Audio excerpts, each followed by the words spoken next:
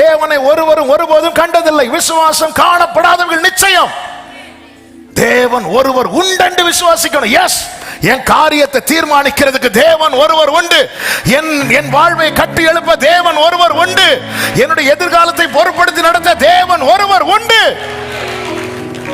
ஒரு புறம் எவனை விழுங்கலாமோ என்று பிசாசானவன் வகை தேடி சுற்றி திரியும் போது, மறுபுறத்திலே நன்மை செய்கிறவராய் சுற்றி திரிந்தவருடைய கண்களிலே நாம் பட்டதினாலதான் இன்று நாம் நிர்மூலமாகாமல் இருக்கிறோம்.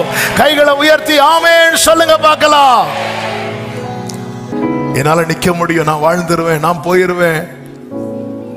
நிற்கிறேன் என்று எண்ணுகிறவன் விழாதிருக்கும்படிக்கு எச்சரிக்கையா இருக்கணும்.